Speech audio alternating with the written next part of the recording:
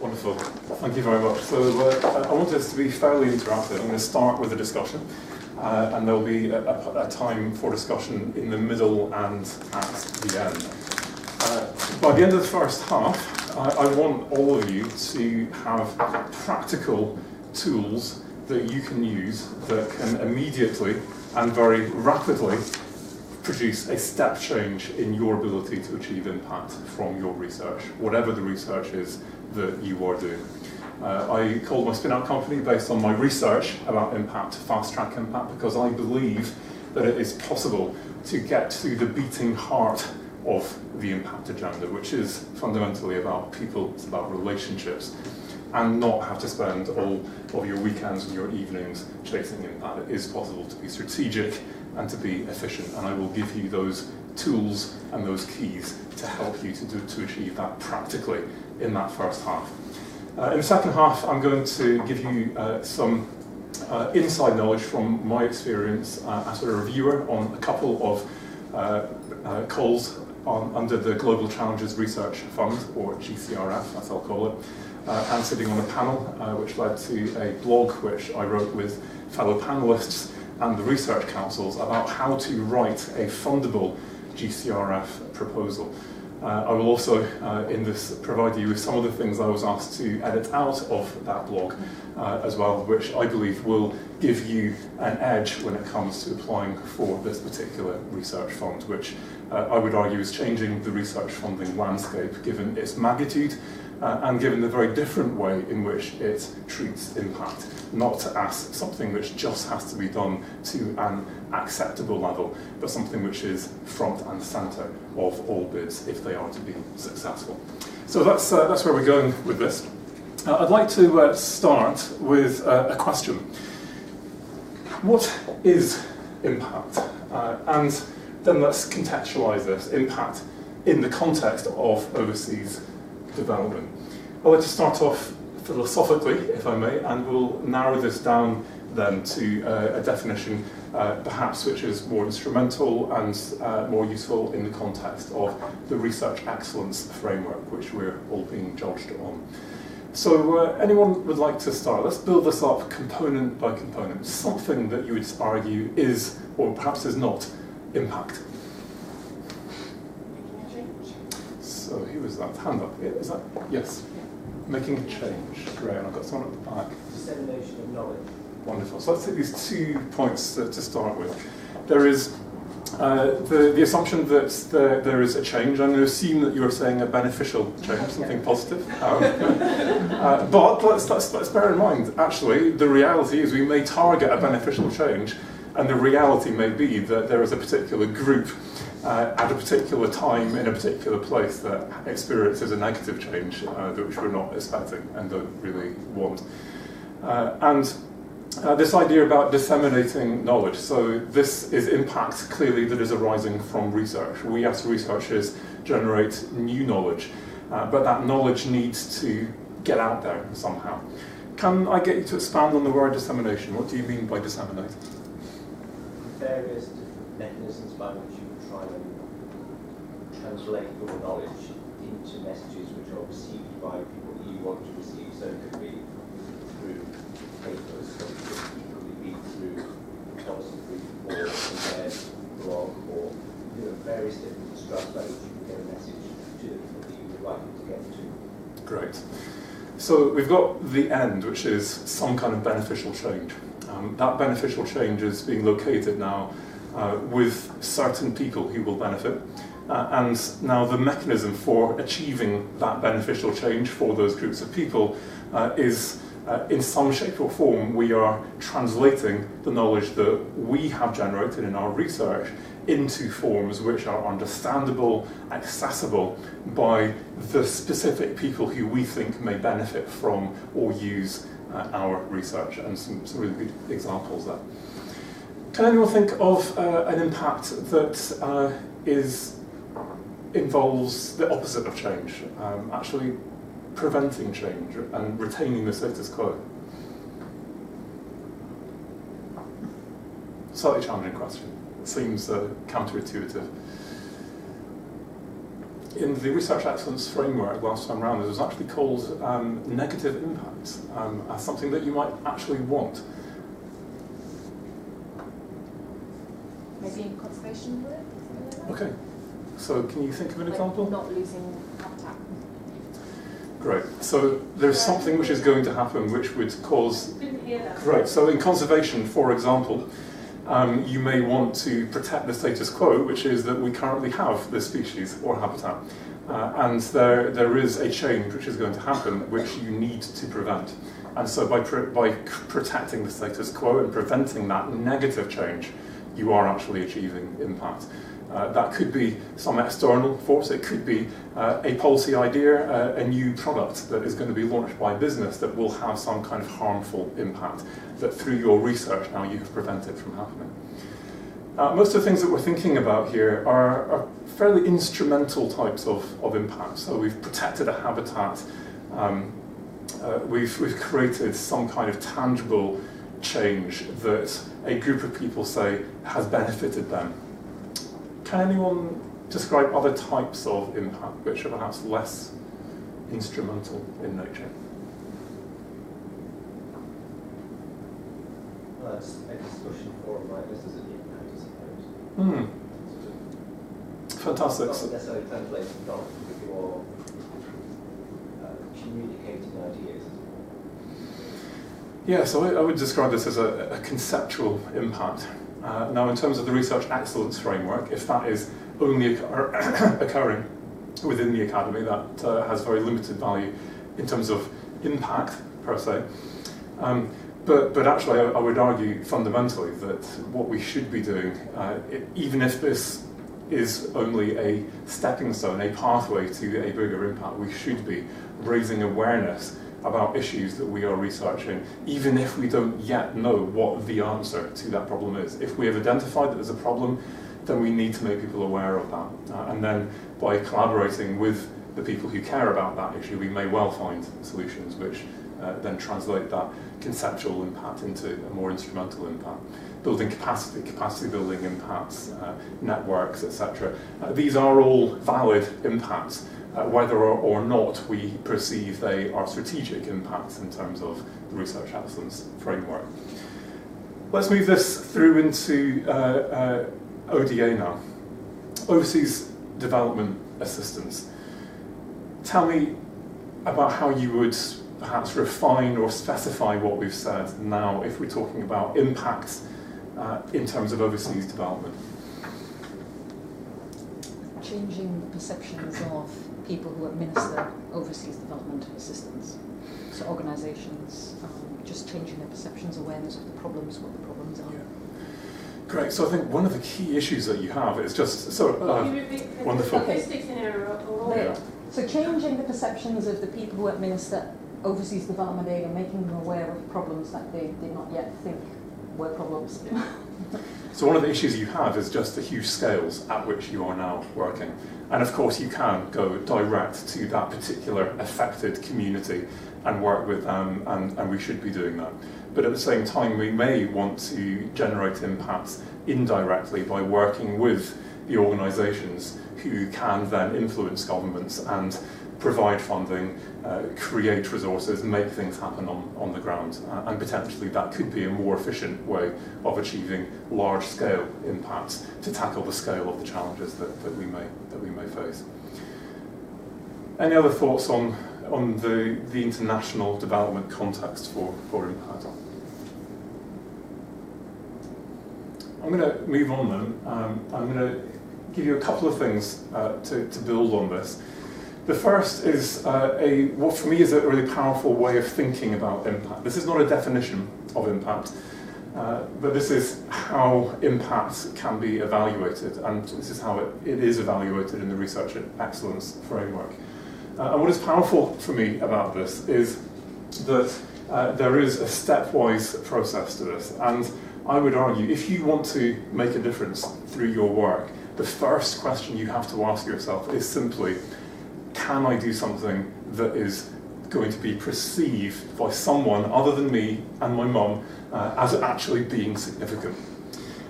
And only once you have answered that question, that you've actually achieved something significant, even if that is at the scale of an individual person's life you have saved or enriched, then you can ask yourself the question, okay, how could I now extrapolate this, transfer this, scale this up, roll this out to benefit more people? If you start with something which is global in nature but is actually fairly insignificant, that is not really valued by anyone, that doesn't really make much of a difference, then I would argue that you're wasting your time. And I think that many of us are put off trying to achieve impact because we see these hugely impressive global impacts, especially if we work in international development, and we think, well, how could I ever do something like that? And my suggestion to you is target one group, one organisation, one village perhaps, and do something that is transformational at that scale that feels tractable. And if you can achieve that, then worry about making it big, and don't get put off by the scale at which others are working. ODA is about achieving these far-reaching and significant impacts. And in terms of the jargon that is typically used around this in our country, people typically talk about economic growth and welfare in a specific range of countries. It depends which program you are applying for. So if you are applying for a Newton fund, you will have to make sure that you are working in specific countries. These are the countries that are eligible for projects under the GCRF. And essentially, this is about achieving impact in these countries. That's my simple definition. ODA and impact is about delivering these far-reaching, significant changes that benefit people in those kinds of countries.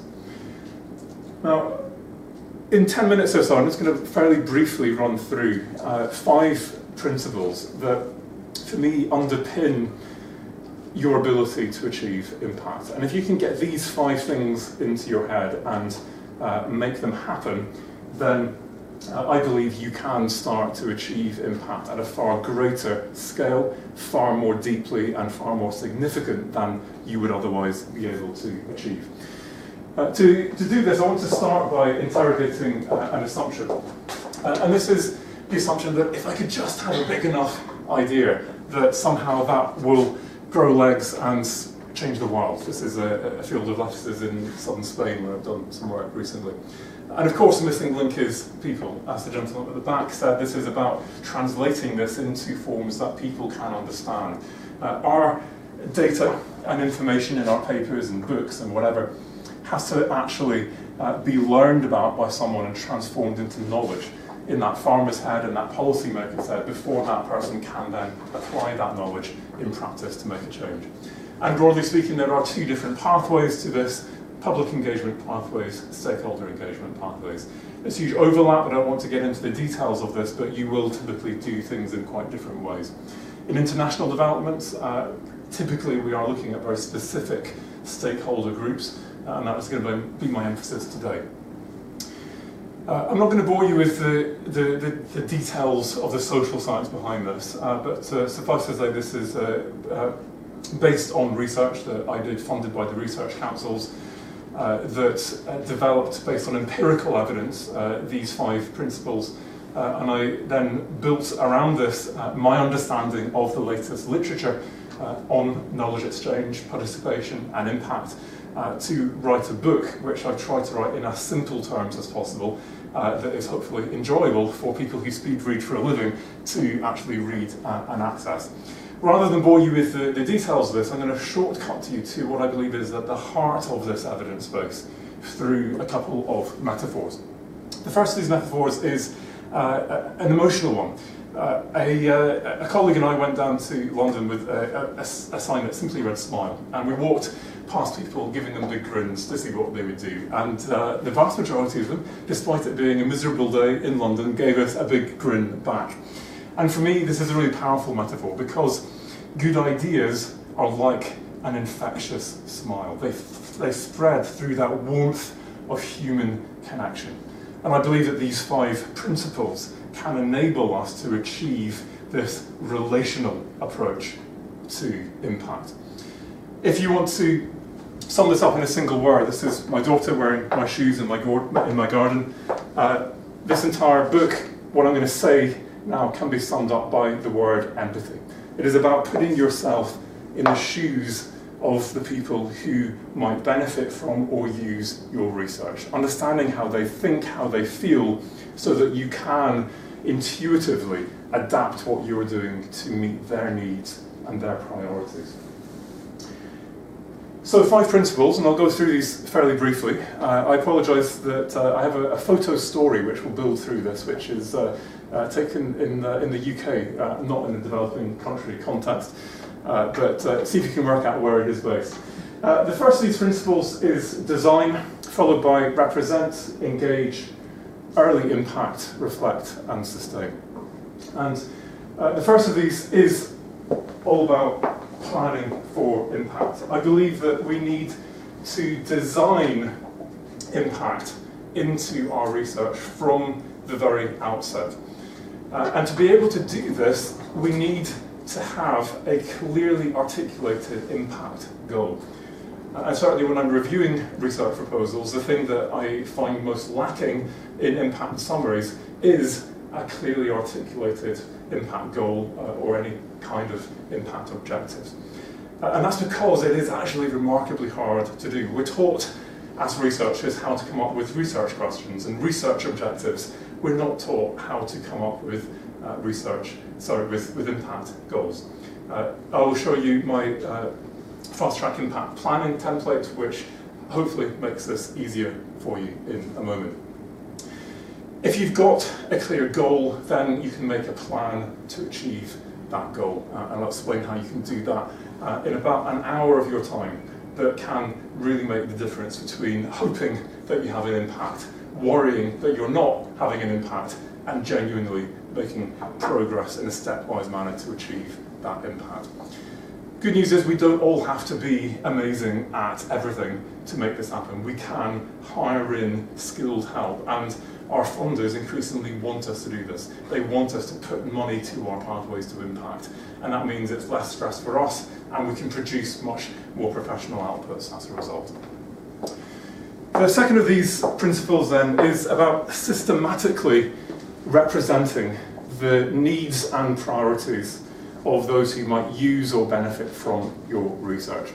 And the key word here is about being systematic, because I think a lot of us think intuitively that we know who our stakeholders are. But actually, when we really interrogate ourselves, we discover that there are actually subconscious biases and blind spots in our networks. And only when we start thinking systematically about this do we recognise that, and can we start being strategic about how we engage with those stakeholders. This for me is one of the steps, one of the principles I should say, that can save you most time.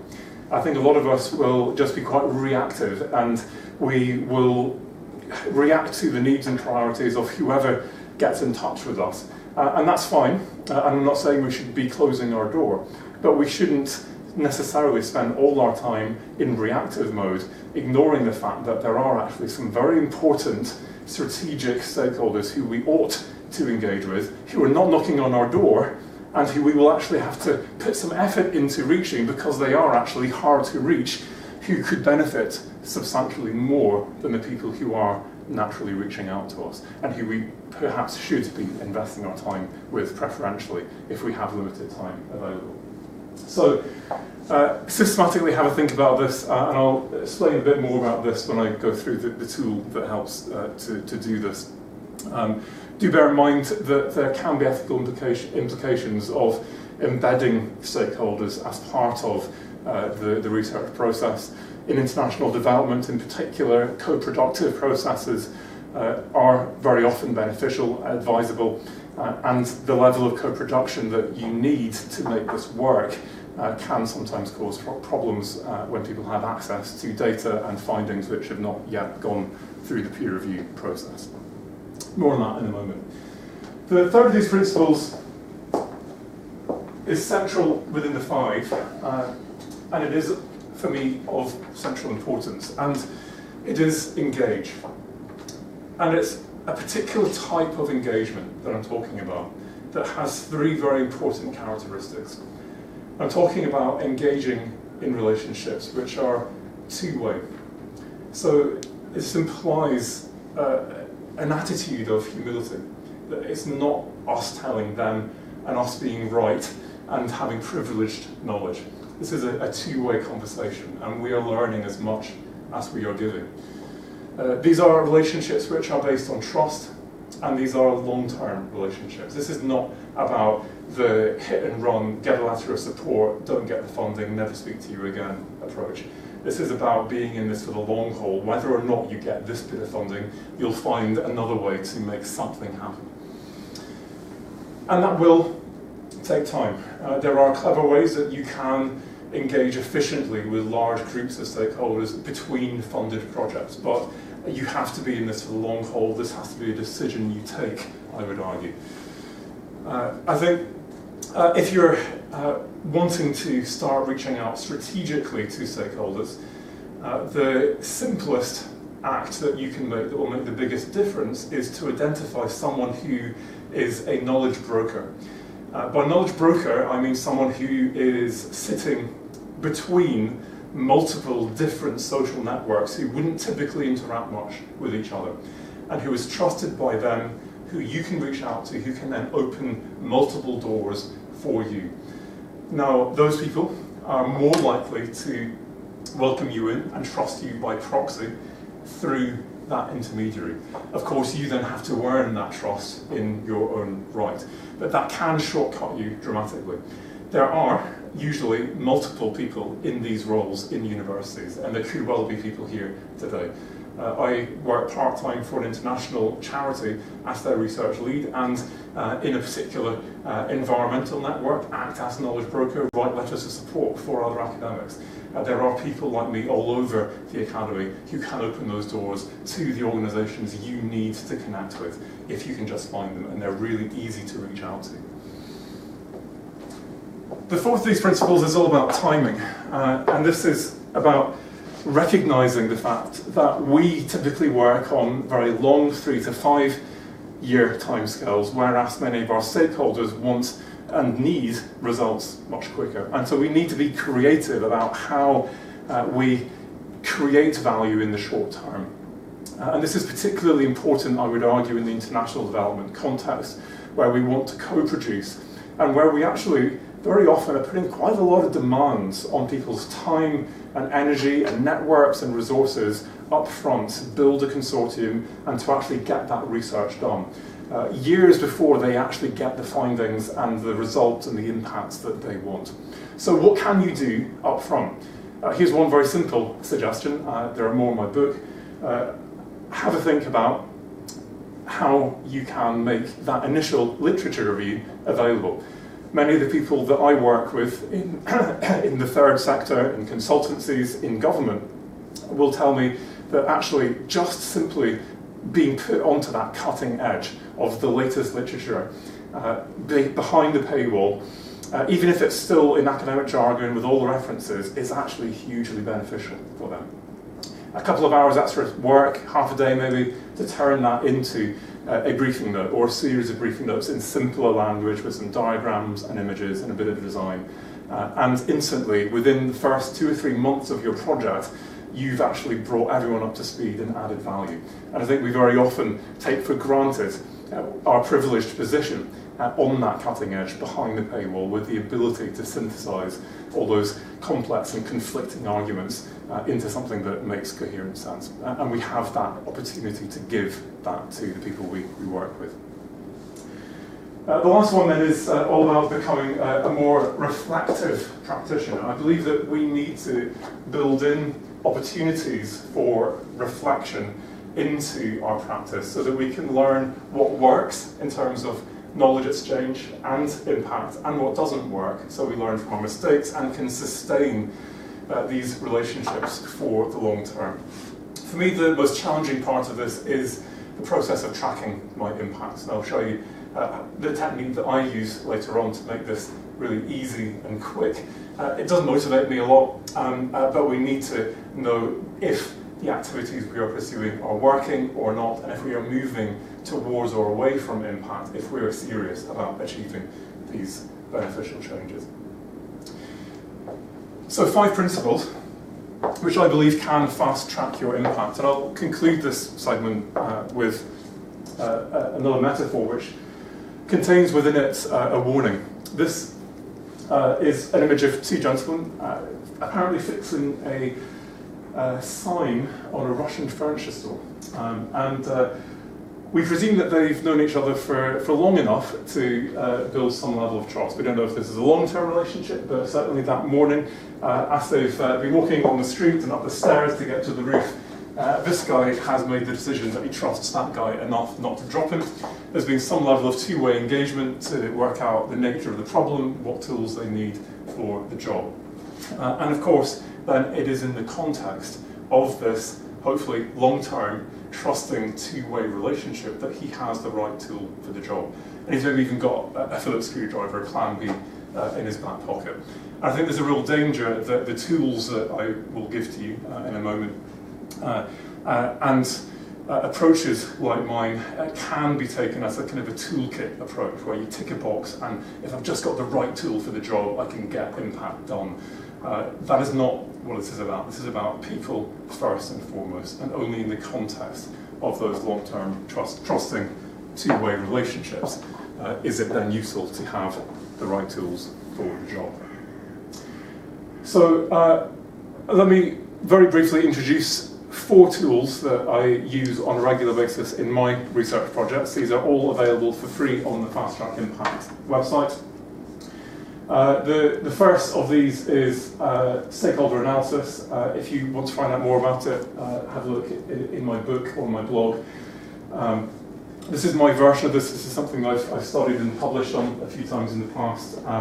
And it basically has at its core the idea that your stakeholders will vary in their relative level of interest in your work versus their relative level of benefit from and influence over your research and your capacity to have an impact.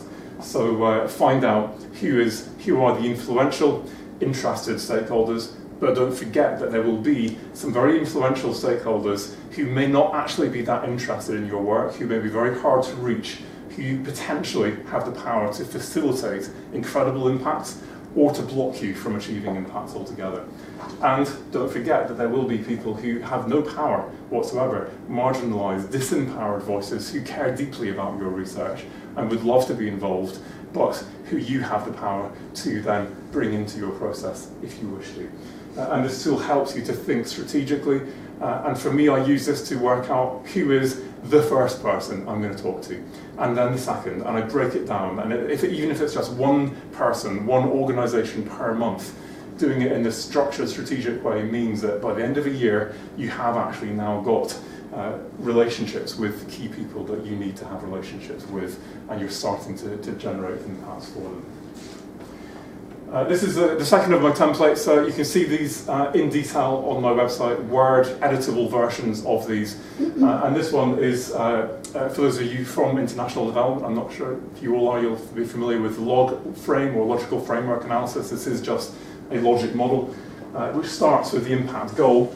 But I would argue if you are short for time, download this. Out of all of them, download this one, spend 1 hour on this. And this is the one which will make the biggest impact on your work. The second 2 columns are basically your stakeholder analysis. This is where you get that empathy. Who is interested and what are the aspects of the research they're interested in. And from that, most people can work out someone somewhere who's interested in their work and why. And from there, you can start to work back to, right, well, what would change? How would they benefit? Why really are they interested? To articulate your impact goal. And if you know these 3 things, you can now start to develop tailored activities for each of those different groups. And it's at this point that I ask people, well, how do you know that those activities are working? How do you know that you're moving towards impact? And you can actually now envisage what it would be like to stand 5 years from now and have seen that change.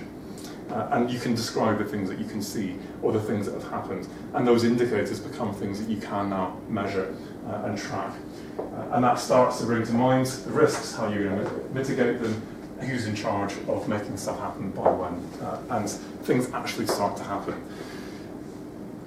Some people will have social media as part of this strategy, and for certain types of organisations, within third sector, for example, elsewhere, some types of policy community, this can be important. It will only ever be one small part of that impact plan. If you're going to do it, make sure you've got a reason to do it, rather than just jumping on the bandwagon because everyone says you ought to. And 4 questions in this template that, even if they're just in your head, will help you to be very efficient in using social media.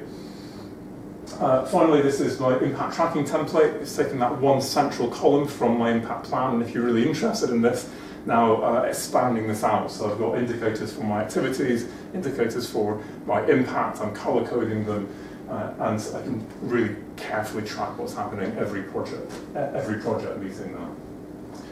I keep track of this using the free productivity app Evernote. I'm a super user. I spend £30 per year so that anyone in my department can have an additional functionality, which means that they can email impact into Evernote. And this means that it's possible for me to collate things on the go, on a mobile device, for my teams, wherever they are, whether they're a part of my university or not, to email impacts to me. They're all collated in one place. And then when I have to report them on ResearchFish or to my university repository, I've got a whole load of them just all stacked there for me to choose from and to follow up from. So lots more stuff, including free training. If you sign up for the free training that I do online, then this goes back through these 5 principles, but then gives you 5 steps. This is the middle segment of my book, for free online for you to work through to implement what you've learned here today in a research project. So I'm going to leave that there. That was my first half hour of what we've done, and open up for questions, and then we'll move on to GCRF in the second half. Thoughts, questions, reactions?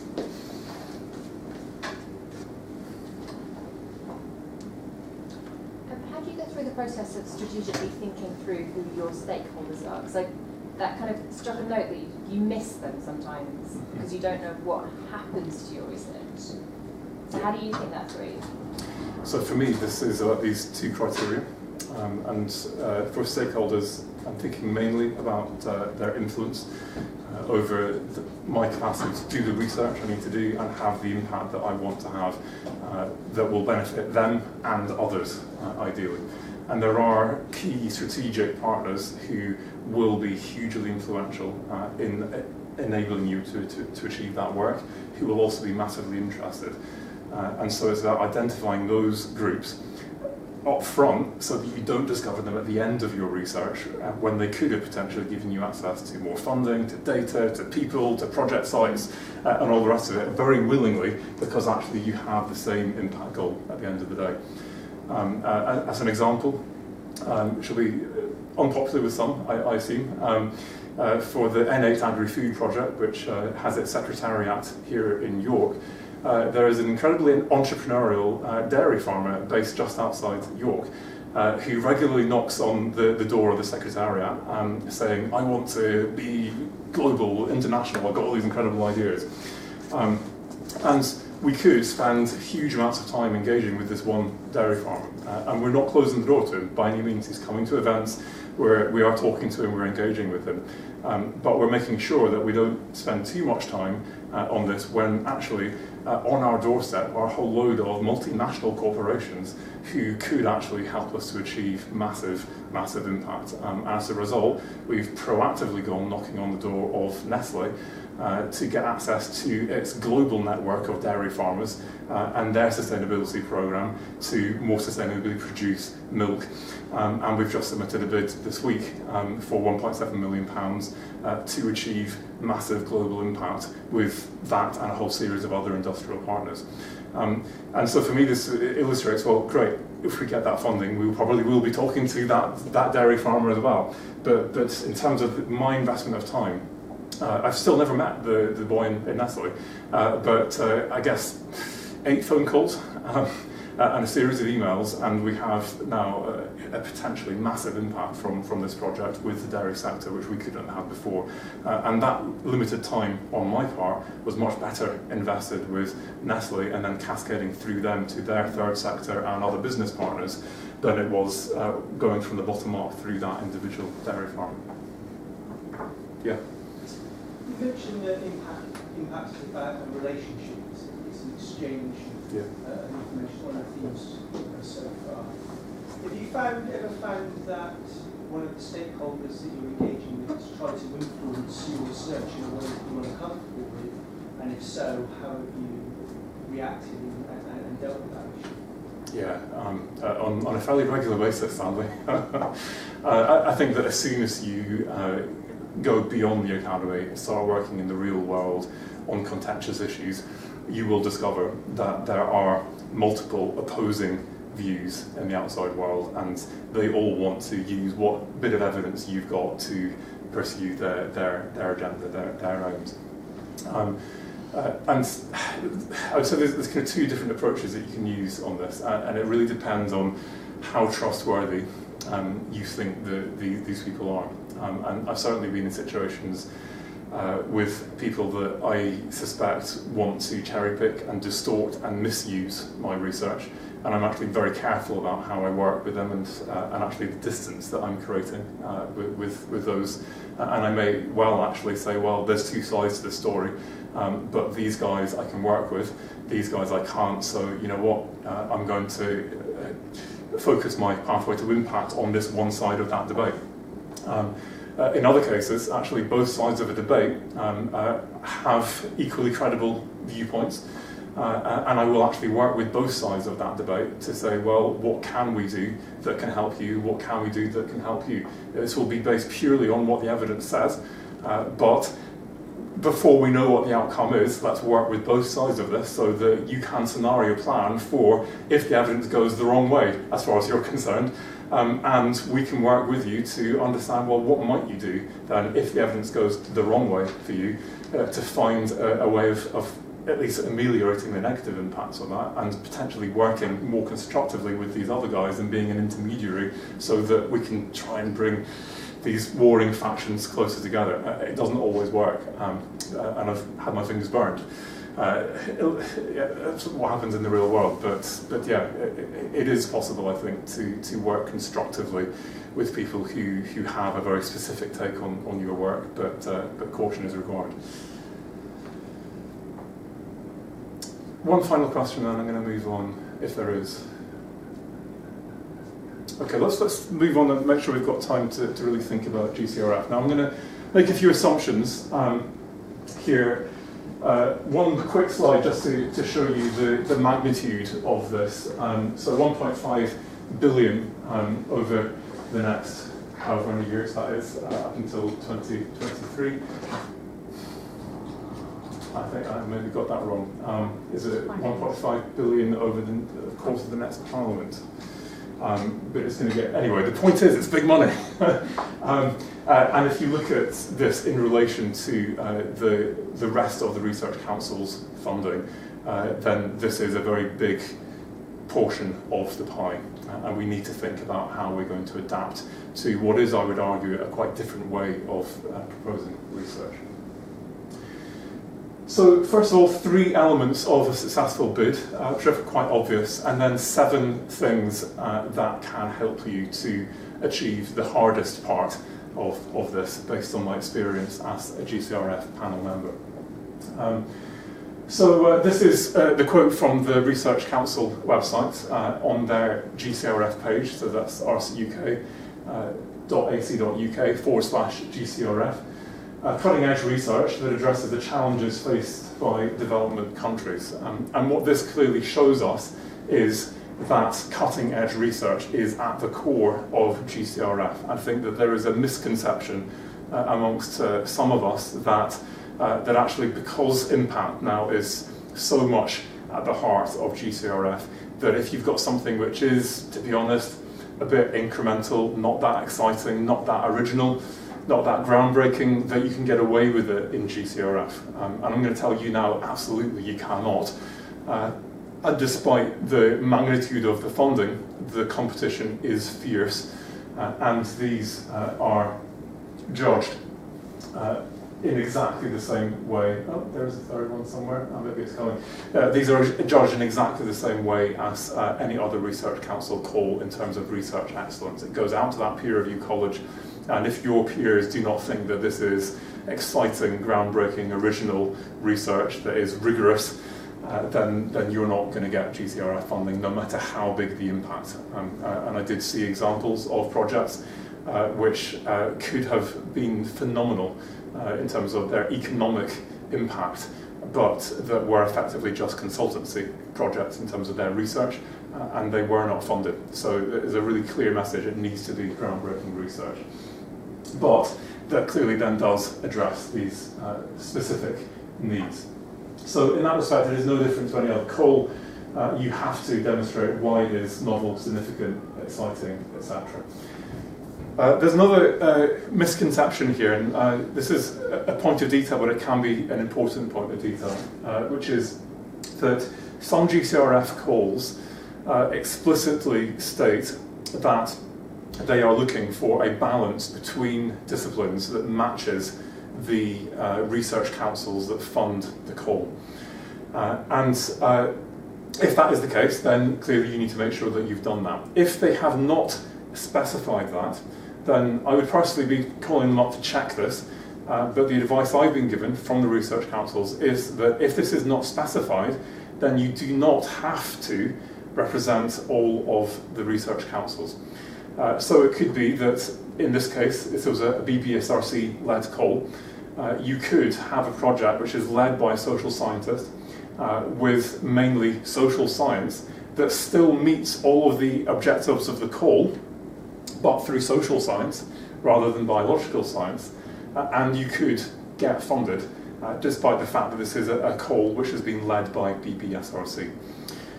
And people say to me, well, yeah, but surely strategically that doesn't make sense. You're still going to want to have a BBSRC person leading that grant. Possibly, but one of the things that struck me as particularly interesting was that during the ranking process in this last call, and beware, all of these individual processes vary from call to call, but there was that grey zone where you then had a whole load of projects which had exactly the same score as each other. And very often people kind of go to that grey zone, and there's a lot of projects in that grey zone. And this is probably where that cutoff is going to be, so this really matters at that point, if you're in that grey zone. And at that point, then comes into the conversation, well, if we look above this, then do we have a good portfolio of projects that represent the interests of different research councils? If one of the research councils funding the call looks at what is above the funded line and says there is nothing in here that speaks to, say, ESRC, then ESRC could, if they want, decide to pool their budget from that particular call. And so at that point in this particular meeting, there was the research councils going around and saying, does everyone feel that there is something that speaks to their agenda? If not, what is underrepresented, and is there something in this very grey area which speaks directly to that particular research council, and might that be a strategic reason, despite having no better score, to put this at the top of that list of projects which have the same score. So I'm not saying that you will get a strategic benefit from doing this, but there are equal and opposing arguments as to why it may be strategic to listen to that advice. So this is where you can find the blog on my website if you want more details on this. The first of these points is that you need to make sure that you are actually targeting disadvantaged, poor populations and major development issues within these countries. And so that means that if you have a particularly poor country that is on the DAC list, but the issue that you are looking at now is on, I don't know, say a cash crop that is not grown by subsistence small farmers, that is in an industry that is controlled by a small number of rich elite companies, which are owned overseas perhaps, then potentially you're not going to meet the ODA requirements. So make sure that this is actually going to benefit them, and don't rely on trickle-down effects. And if you are relying on trickle-down effects, we all know the problems of trickle-down effects.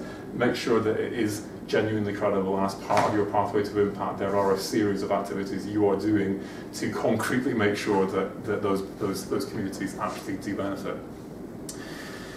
I think it's important to actually identify the number of people who will benefit from this. Now, this is a very hard and contentious thing to do in terms of impact. I can magic out of thin air a number to say that this number of people will be lifted out of poverty if we assume that this company makes this much profit and it makes this many jobs, etc., etc.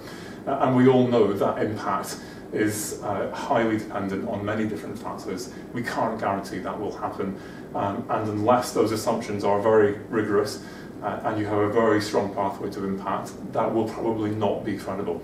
Far easier, far more credible is to do your research to understand the size of the population that is affected by a problem.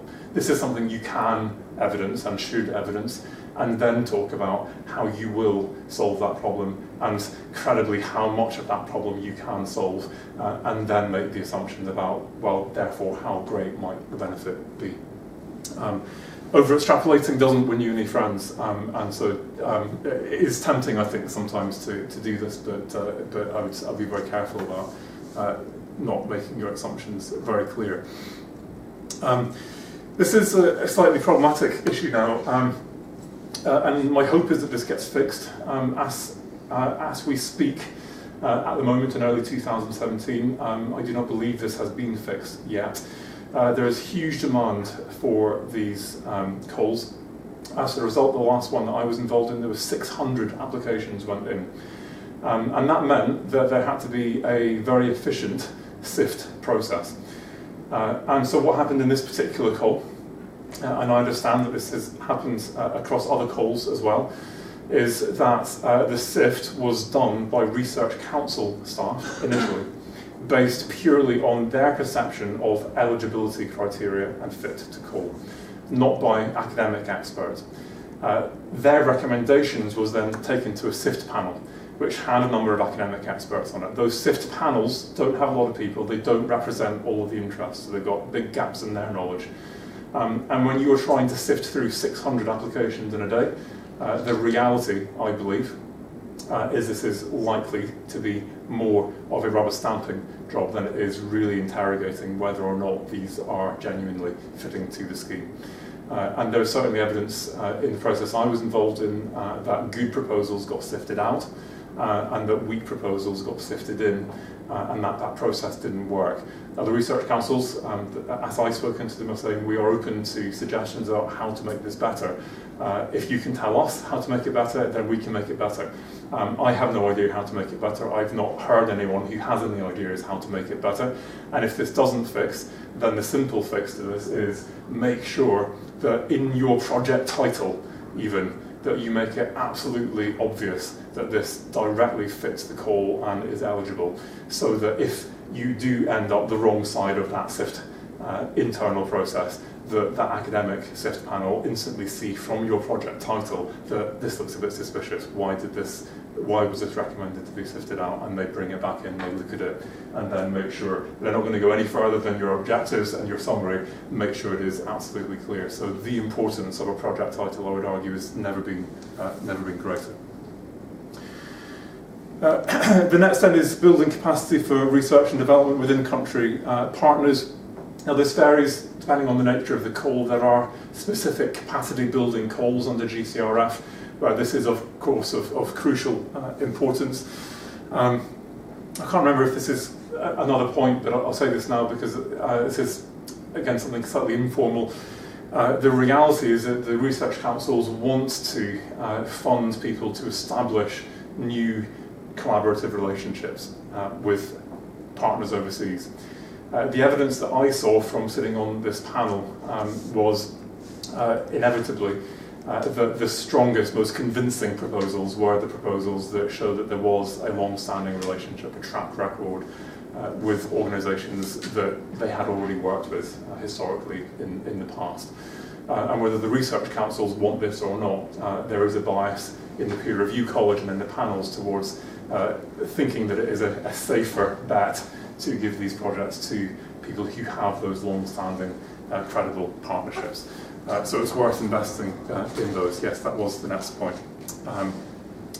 And second last one then, demonstrate. No, that is, so hold on a moment. Let me actually read what I've got on the screen here. Yes, the fifth point was to make sure that you don't have any obvious blind spots to existing international work. So understand the international policy landscape, the multilateral scientific endeavours that are going on, and make sure that you're connected to that ideally, or if nothing else, you know about it and are showing how you add value to that rather than inventing the wheel. And of course, try and co-create rather than impose solutions. I would assume that goes without saying, but it's surprising certainly how things can come across sometimes. I'm going to conclude with a quick advert for my book with Lindsay Stringer from Leeds, published last year on links between climate change and land degradation. The topic of a special report currently being written by the Intergovernmental Panel on Climate Change. My next paper, which is available online, is on a new dryland development paradigm for dryland systems science. Hopefully of interest to some of you. But otherwise, just have to get in touch with me, and we've got 5 minutes for questions, but hopefully that's been useful. Over to you. Questions, thoughts? Yes?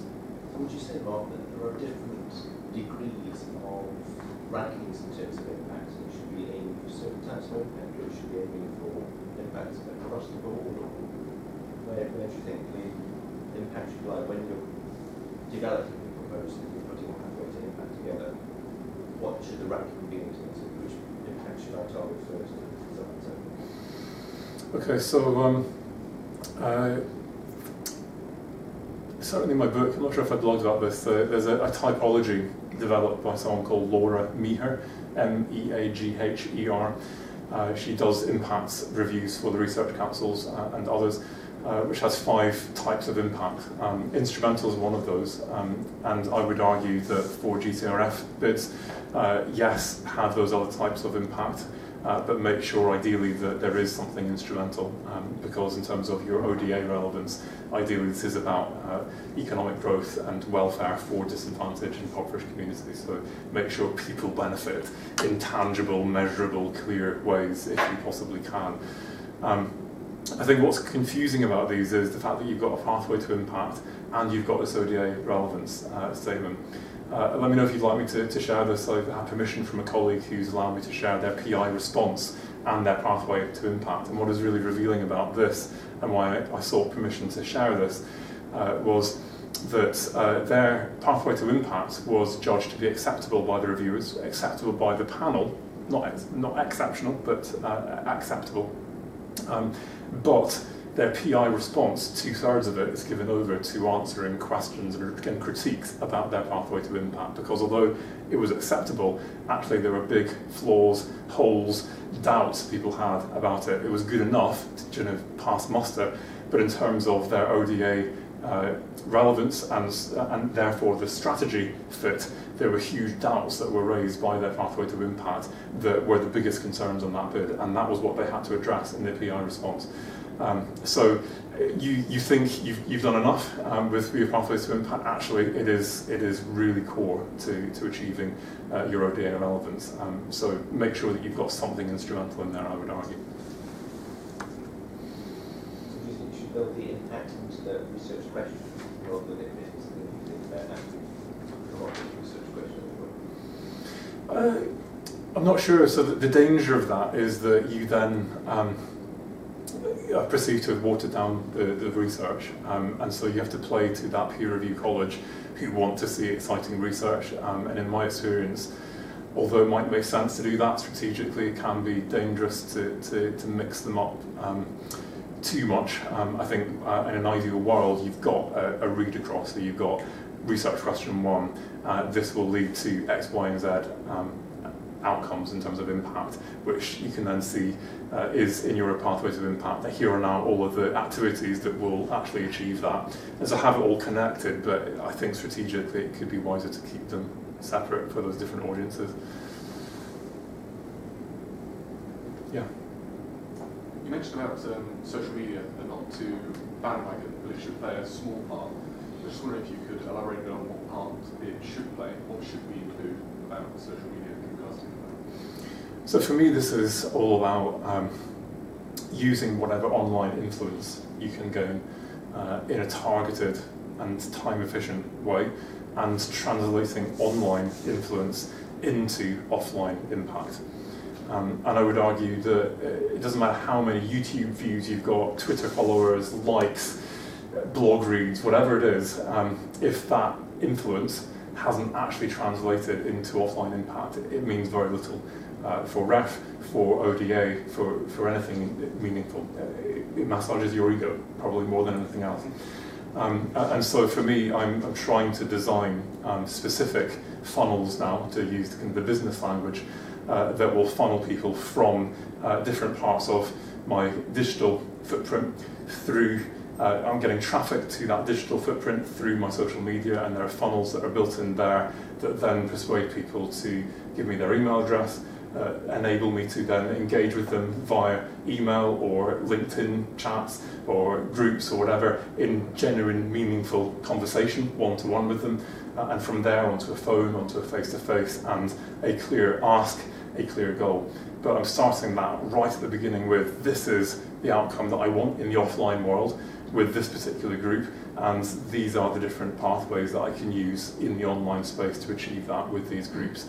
And if it's not working, then I quite quickly stop wasting my time on it. So I had one which was a LinkedIn strategy, and it was hugely successful, got all the meetings with all key people, and discovered that the group I targeted was the wrong group.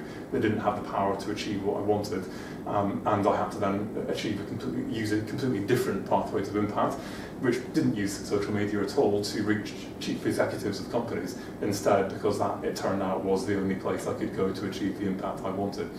And in that case, actually, we then hired in a fixer who opened their address book for us, the old-fashioned old boys network social media, and that was how we eventually got to the people that we needed to get to. But we wouldn't have realised that that wasn't working unless we had a social media strategy which had a clear goal, and we reached that goal and discovered it was the wrong goal.